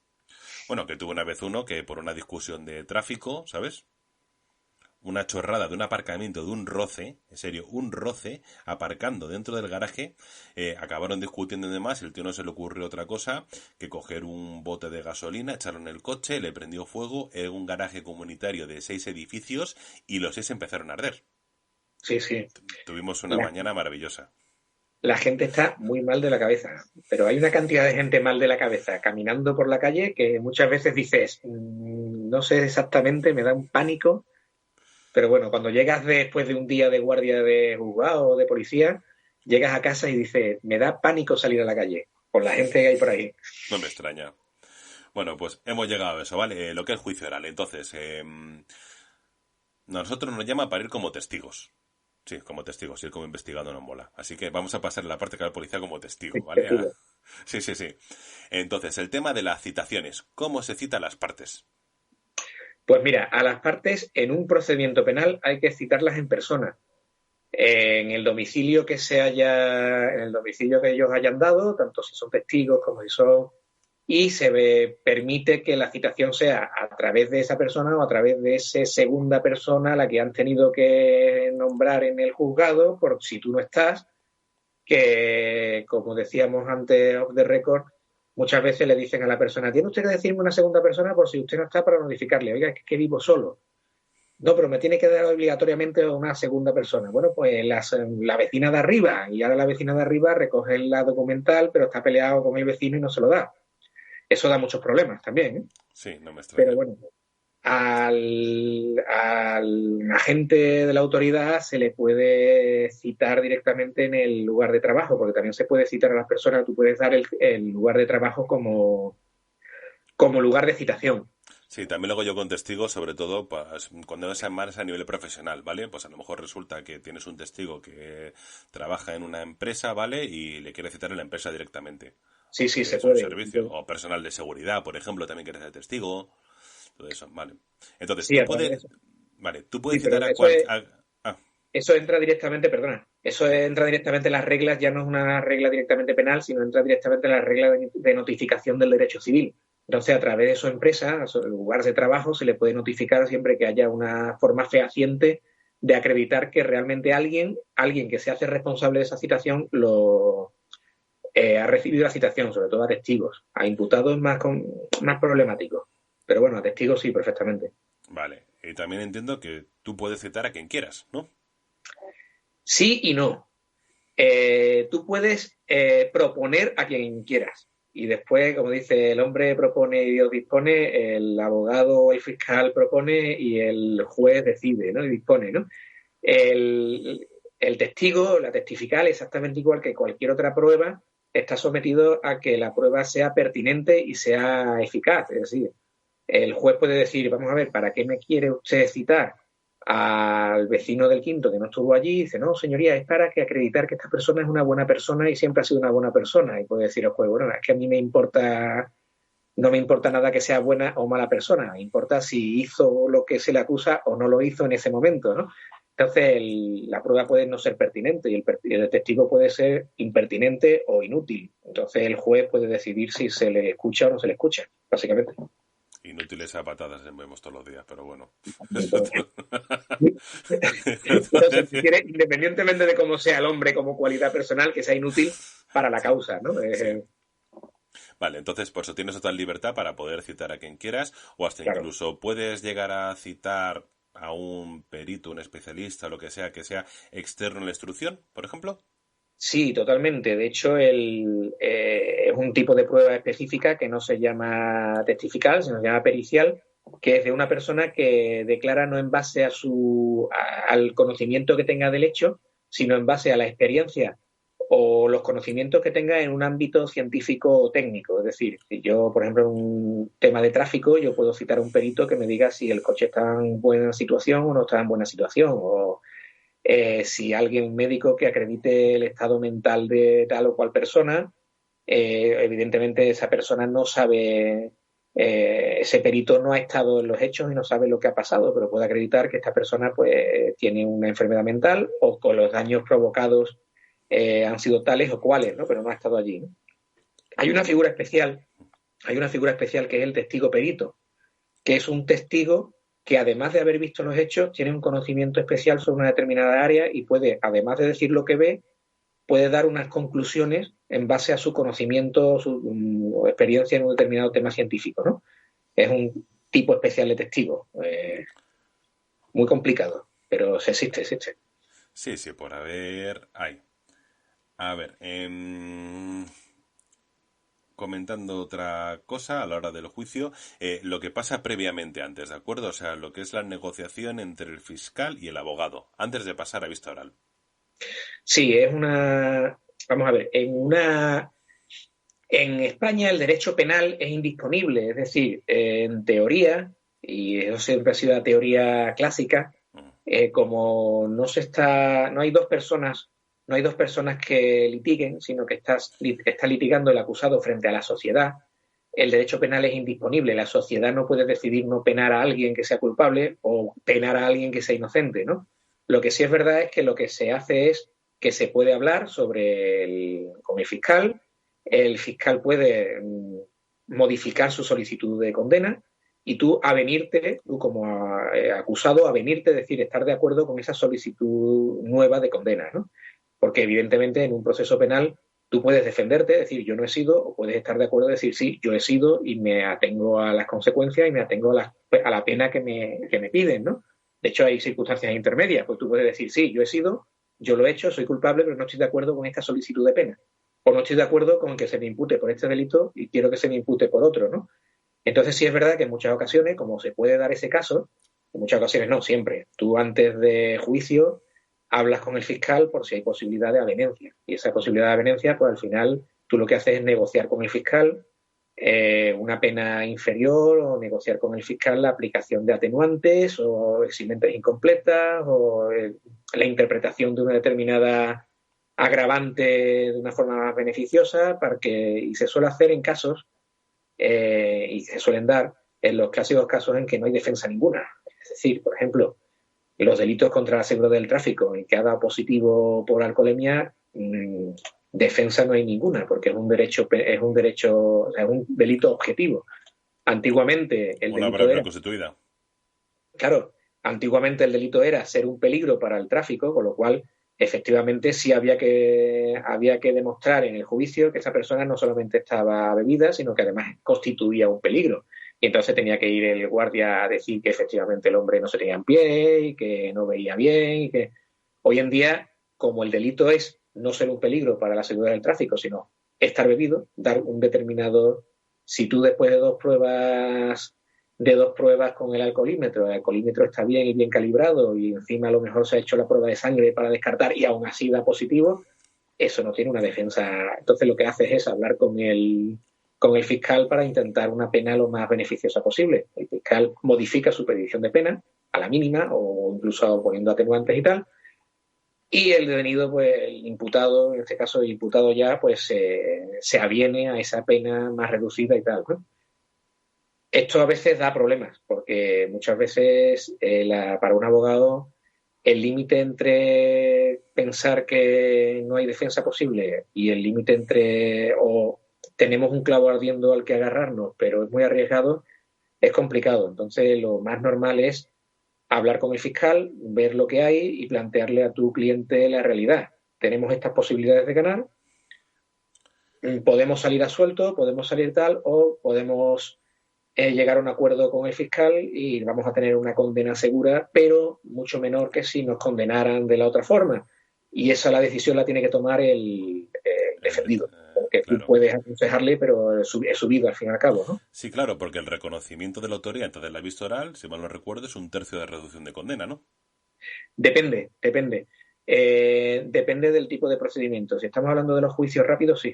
Por ejemplo, lo que estábamos diciendo, en un procedimiento, por ejemplo, como el de delito contra la seguridad del tráfico, ¿no? Eso va por juicio rápido. El juicio rápido lo que hacen es que sobre la marcha el fiscal te da una solicitud de condena. Y si tú estás de acuerdo con esa solicitud de condena y si ha sido medianamente eficaz y antes lo has negociado con el fiscal, pues efectivamente a ti te condenan y te reducen en un tercio la condena. En un juicio oral, en un ordinario o en un abreviado ya no. Ahí ya no hay posibilidad de reducción de la condena. Claro, es Ahí que sí. por eso decía antes de vista oral. Claro, sí, pero Y luego los ya... juicios rápidos, las diligencias, los DURGE que se llaman, ¿no? Diligencias Sí, urgentes de juicio rápido son solo sobre algún tipo de delito muy concreto.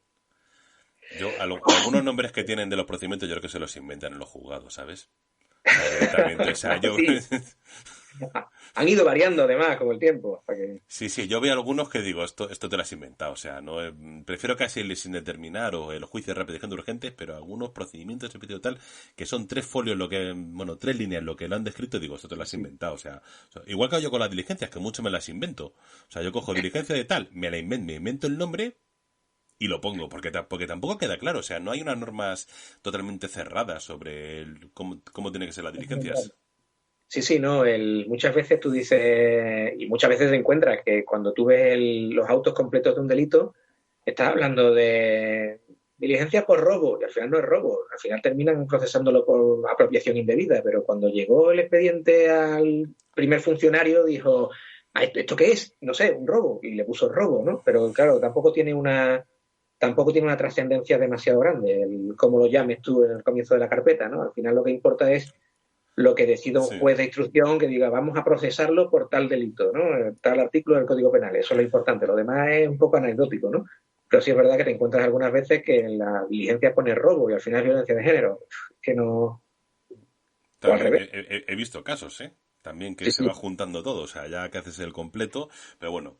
Vale, luego ya me gustaría comentar, a ver, cuando estamos en lo que es en declaración en juicio oral, entonces ya cuando el abogado se dirige al policía, cuando le hace las preguntas, realmente cuáles suelen ser las líneas o lo que quiere realmente buscar. Vamos a ver. Hacerle un interrogatorio a un policía, sobre todo que tenga cierta experiencia, es muy, muy complicado, porque por dos razones. Primero, porque suele tener experiencia y suele saber muy bien lo que tiene que decir y no gana ni pierde nada. Y, o sea, es un testigo normal, o sea, es el testigo ideal porque ni gana ni pierde nada. Y segundo, porque el juez le suele permitir al policía cosas que no le suele permitir a un testigo, y es dar muchas veces dar respuestas aparentemente concretas, pero en el fondo, en la realidad, bastante difusas, ¿no? Es muy normal que el policía se plante delante del juez y diga, sí, nosotros llegamos, vimos a un señor saltar por la ventana con un jersey gris y corrimos tras él y lo cogimos. Entonces tú le preguntas, ¿la ventana de qué piso era? ¿Era de una planta baja, una primera planta? Y el policía te dice, sí, saltó de una ventana con un jersey gris, salió corriendo y nosotros lo cogimos. Y dice, bueno, pero eh, ¿durante cuánto tiempo lo estuvieron persiguiendo? Dobló alguna esquina y el policía dice, sí, bueno, él saltó por una ventana con un jersey gris, salió corriendo y nosotros lo cogimos, ¿no? A un testigo el juez le diría, responde usted a la pregunta, ¿no? A un policía, el juez realmente lo permite porque el juez tiene el atestado de la policía, ya tiene el informe. Y lo único que quiere el juez es que el policía se plante allí y ratifique que efectivamente él ha escrito eso, él ha escrito ese informe y eso es lo que ha... Y muchas veces es un problema porque evidentemente para ratificarlo yo necesito datos, porque un informe de la policía en ese momento que se hace sobre la marcha es rápido porque tienes que irte a otro sitio y no puedes perder el tiempo, pues hay detalles que no se cogen y tú necesitas que el policía te dé datos y muchas veces esos datos pues lo puedes utilizar para desvirtuar ese informe o para decir que no, que en esos datos faltan detalles que pueden exonerar a ese cliente concreto. Lo que sí es cierto es que muchas veces yo me he encontrado con juicios 4 años más tarde y evidentemente el policía ni se acuerda exactamente de lo que pasó y es totalmente lógico después de 4 años. 4 años dices, ¿sabes? Y 10. No, digo 4 años por decir una cosa normal y habitual, ¿no? Mira, Pero el año pasado, creo, tuve, no sé si fueron 8 o 9 juicios del año 2009, creo. 2008-2009, seguidos. sí, Y como te digo, entonces a ver, digo que es normal que el policía lo que haga es leerse el atestado que él redactó, porque no se acuerda realmente de lo que pasó, porque es que hace 4 años y es un detenido más entre los muchos que ha tenido esos 4 años, y se dedique a repetir lo que dijo en el atestado, porque ¿qué va a decir? ¿Que no se acuerda? Claro, a mí me gustaría que dijese que no se acuerda, porque eso sería un punto a favor para decir, señoría, vale, está la documental, pero podemos poner algunos detalles, a lo mejor no el hecho en sí, pero algunos detalles sí los podemos poner en duda. Y los detalles, digamos que el demonio está en los detalles. Muchas veces que una persona entre en prisión con una condena alta o que se le pueda suspender la condena porque se le ponga una más bajita, está en los detalles, ¿no? Entonces sí es verdad que la policía normalmente suele declarar muy bien, muy clara, pero no se le saca del sota caballo y rey, salvo honrosas excepciones que hay veces que sí, hay veces que preferirías que el policía no hubiera hablado porque me lo empeora más la cosa, ¿no? Me estoy acordando del el clásico policía que va, el policía local que va a visitar a las personas que están en localización permanente, que es el arresto domiciliario, ¿no? sí, Y, bastante la más de las de, que parece. y lo que te cuenta el detenido es que como él toma tranquimacín, seguramente se quedaría dormido y no escucharía al policía hablar, y el informe de la policía fue que llegaron y no estaba en casa.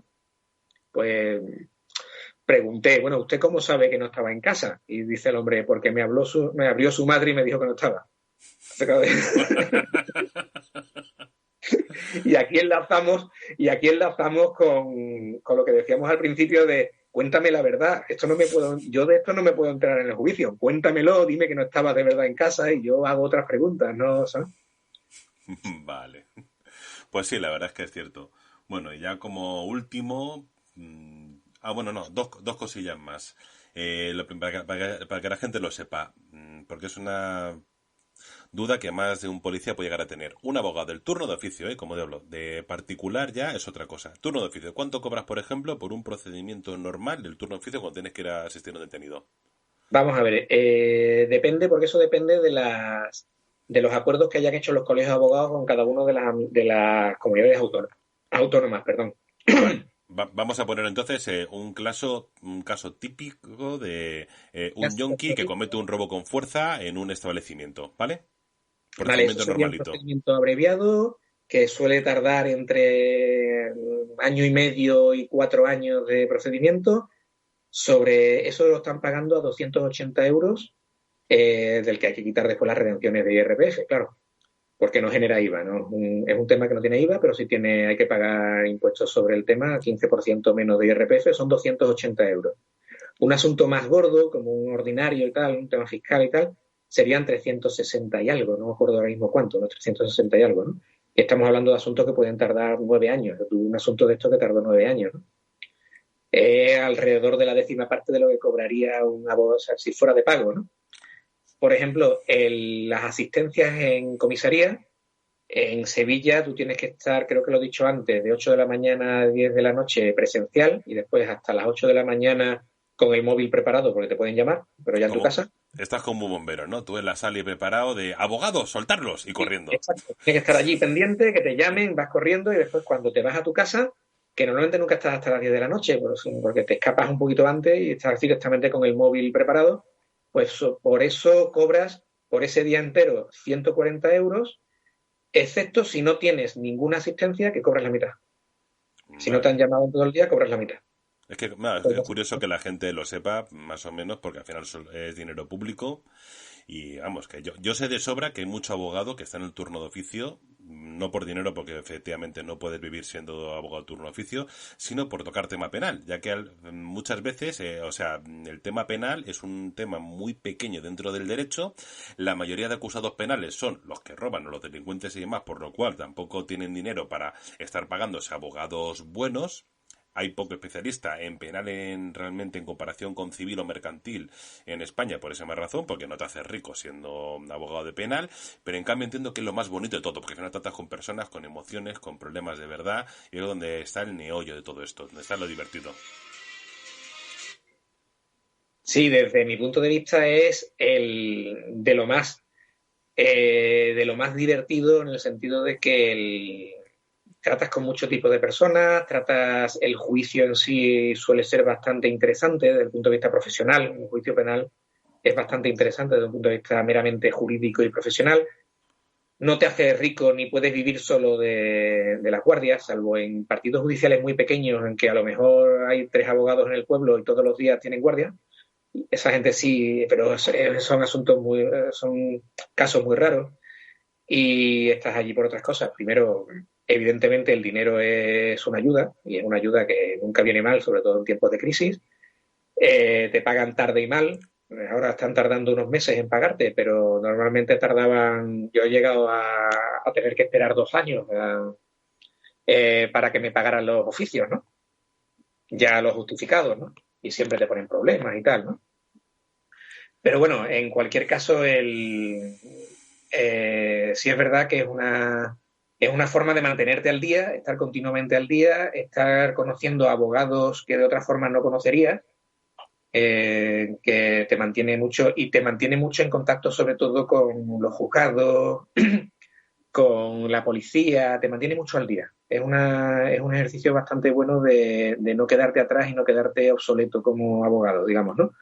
Ejercitar la mente y ejercitar tus habilidades. Sí, no le muchos recursos que estar con un tema interesante. Exacto, ¿no? Entonces, Cuando te llega un cliente de pago por un asunto penal, pues tú sabes exactamente por dónde meterle mano porque tienes experiencia en el tema y tienes una experiencia al día del tema. Sabes cómo hablar con él, sabes con quién hablar, con qué funcionario del juzgado hablar para un detalle de papeleo, sabes lo que decirle, cómo explicarle a este hombre que no se enemiste con el juez de instrucción porque lo que le está preguntando no es para fastidiarle, sino porque quiere saber de verdad lo que ha pasado, que no le está intentando insultar ni nada, ¿no? Cosas así, ¿no? Ese tipo de cosas que te da el día a día, no te da el habértelo estudiado y acordarte de los no, 10 años. Esto ya lo hablamos más de una vez, que lo que es el derecho teórico y el práctico no tiene nada que ver, igual que los procedimientos. Te pueden decir una cosa y luego llegas allí y es que es exactamente lo contrario. Y tienes que sabértelo. Y encima todo el mundo exige que te lo sepas perfectamente. O sea, que te lo está exigiendo, pretende que tú te lo sepas. O sea, y esto lo voy a hacer así porque porque me salen las narices y hazlo bien por la cuenta que te trae. Sí, sí, no, totalmente. Y además es un asunto, es un tema en el que no puedes fallar. Tú no puedes decir, señoría, es que no me acuerdo muy bien de cómo lo que decía la ley, no me acuerdo muy bien del procedimiento, déjeme un poco de vidilla, ¿no? El juez te va a decir, no, verá usted tiene este momento para decir lo que quiere, lo dice o no lo dice, ¿no? Entonces ese Susto, tipo de cosas hay que llevarlo muy al dedillo porque además está jugando con la vida de otras personas. claro, No es, digo, susto o muerte. claro, exacto, Así. exacto. Es bastante curioso. Bueno, y yo creo que no vamos a entender más porque llevamos ya no sé ni cuánto, la verdad. Hemos llegado toda la mañana con la broma, ¿eh? Sí, Esto sí, ya para no, nosotros nos hemos divertido, nos hemos hecho unas risas. Imagino que totalmente. también habrá gente que lo escuchará y le parecerá interesante.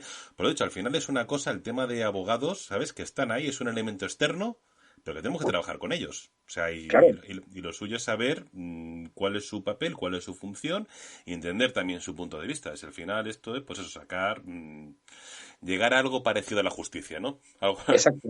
Lo más parecido a la justicia desde el punto de vista positivista, ¿no? De lo que marca la ley, ¿no? Sí es verdad que muchas veces llegas a una comisaría, por ejemplo, y te encuentras con que, sobre todo si hay algún policía novatillo, que te trata con un poquito de miedo, ¿no? Como diciendo, a ver, este me va a gritar, o como si fuera las películas, ¿no? Este va a soltar aquí cualquier burrada, ¿no?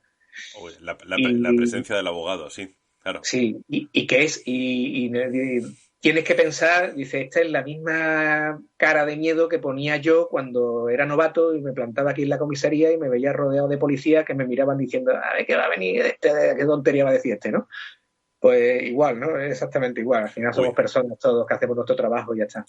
lo del postureo se nota mucho, de entre el que viene a aparentar, ¿sabes? Que ves con su traje puesto, con la presencia y que realmente dice esto es postureo puro y duro, al que es más de trabajo y demás y realmente le gusta el derecho y aparte yo he tenido conversaciones muy buenas de derecho con algunos abogados, ¿sabes?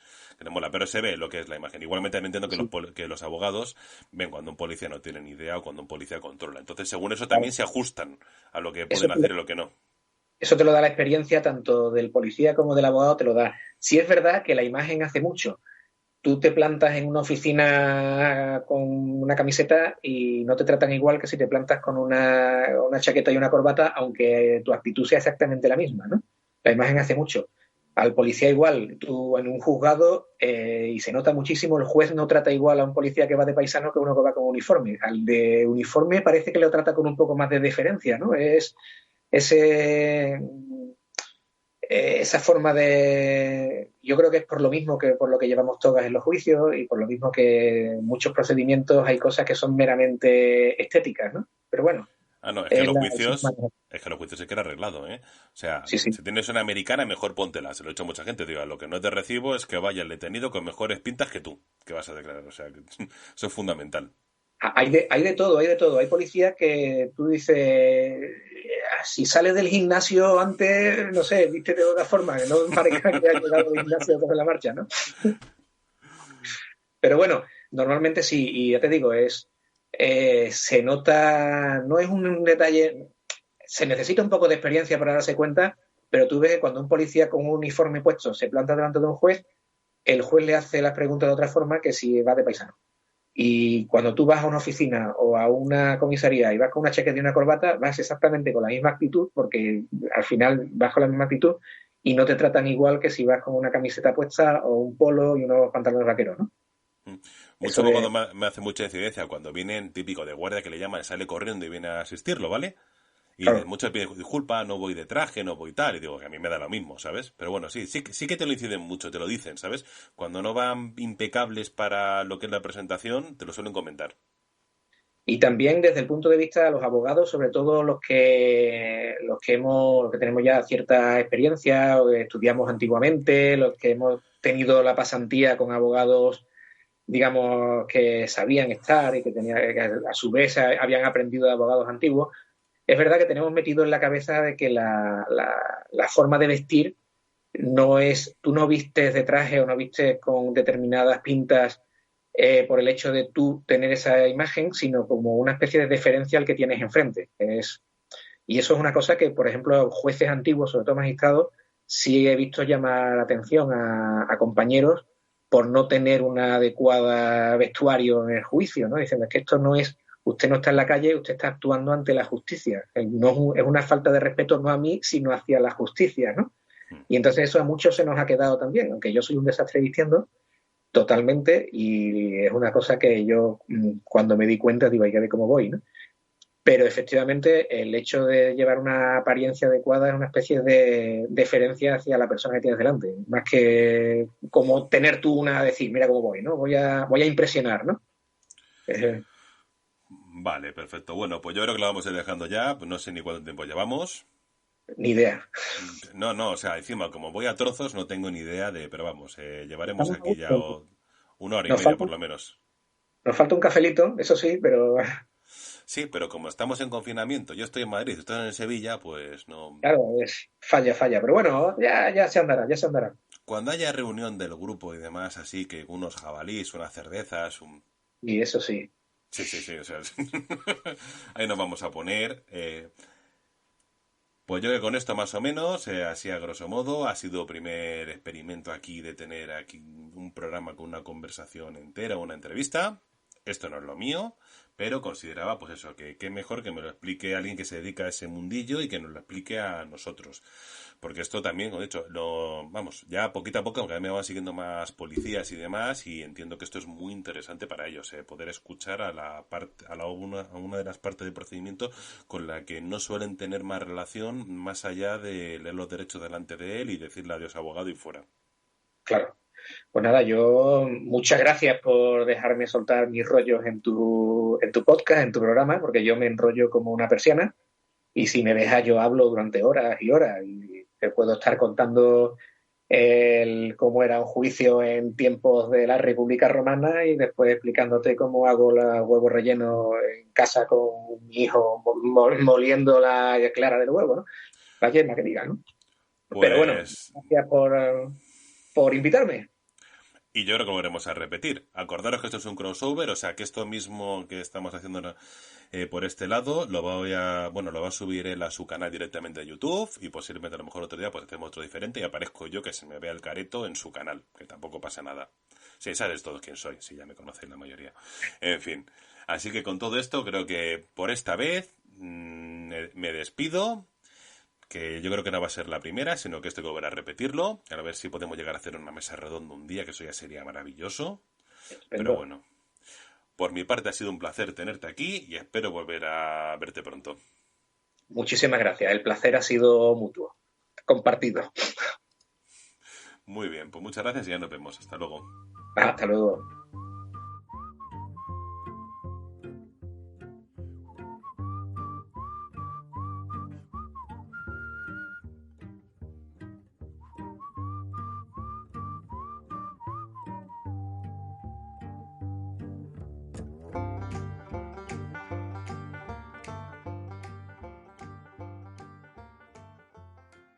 Y hasta aquí hemos llegado por hoy. La verdad es que nos ha salido un programa bastante largo, no sé ni cuánto tiempo ha durado, pero nos hemos quedado cortos, ¿eh? Nos hemos quedado muy, muy cortos para lo que podía haber sido realmente. Hemos mirado las cosas muy por encima.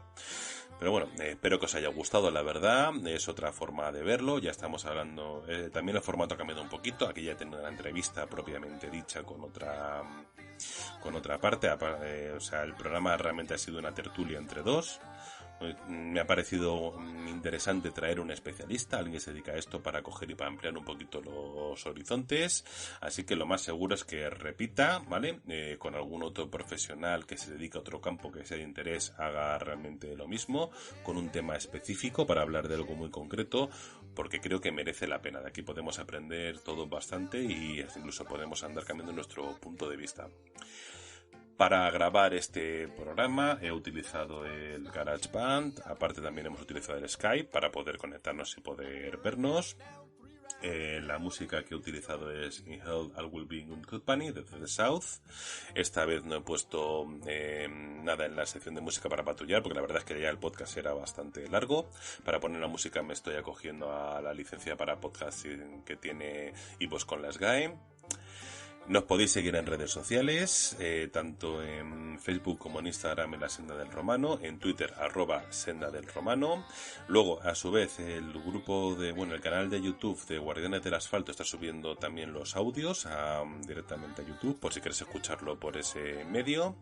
Y por último, este audio también lo vais a poder escuchar posteriormente en el canal de YouTube de Miguel Ángel, No hay derecho, otra opción de poder hacerlo.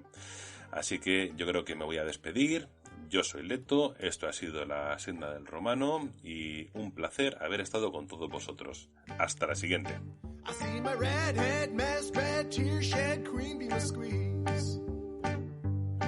The stage smells, tells, hells, bells, misspells, knocks me on my knees.